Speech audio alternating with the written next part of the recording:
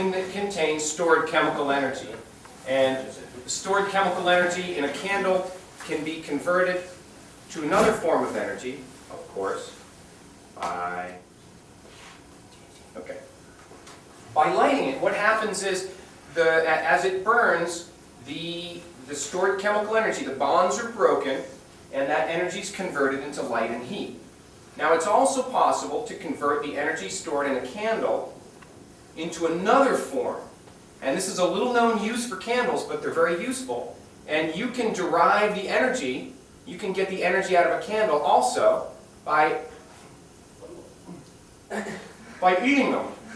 And what your body does is it takes the stored chemical energy, you break the bonds,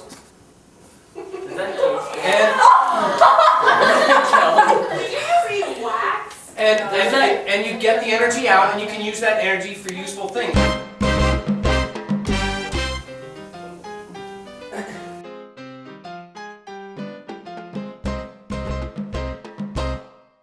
See, I still got some wax in my teeth here.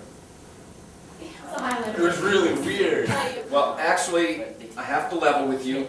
I can't deceive you any longer. It wasn't a real candle, but the point is still valid. This was actually made from a banana. You have to get nice straight bananas.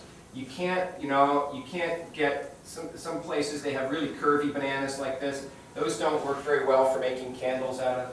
You have to get those freakishly straight bananas, the ones that are kind of like this. Yeah, for the benefit of you guys, what I'll do is right here in front of you, I'll show you how to make one of these. And so I try to find a nice straight part of the banana, and I'm going to cut a section out of it like this. Now I have to carve it down a little bit. What I'm going to do is just make 4 cuts to turn this into a square peg.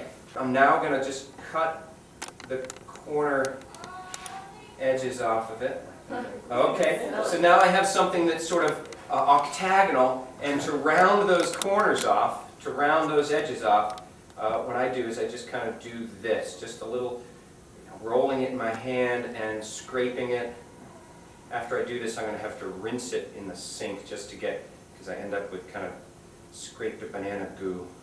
And then at the end that you want to be the top, it kind of helps to create the illusion to kind of carve a little indent out of it. Now the only thing missing here, of course, is a wick. What I used for a wick is a little sliver of almond. I'm going to take the little sliver of almond and put it like that. But as you can see, yeah, check this out. Wouldn't that hurt? Here we go. I noticed it didn't light very much. Oh, cool. Okay, so it kind of, here we go. So it kind of looks like a candle, right? And it'll actually burn for a really long time because there's stored chemical energy in the almond, and it's released really nicely through burning. Now, it really looks like a candle flame, doesn't it? Yeah, it looks like a candle. Now, the tricky thing about it is when you go to eat it, you have to make sure that you have a little pool of spit on your tongue so that when you put the flaming, like that, and you sizzle the flame out on your tongue. Yeah, that was actually your tongue burning. Now, if you try this at home, if you choose to try this at home, if you burn your mouth, it's your own fault. Again, the point here being that food contains stored chemical energy. Right. One of the ways to get that stored chemical energy out is by burning it. And actually something like an almond burns really well. But also when you eat an almond, your body breaks those same chemical bonds that the burning is breaking, and you get the energy out of that almond. So, food contains stored chemical energy. Usually we measure the stored chemical energy in food using what units? What do we measure the food energy in? Something you're really familiar with, yeah? Exactly, it's just calories. Calories is a measurement of food energy.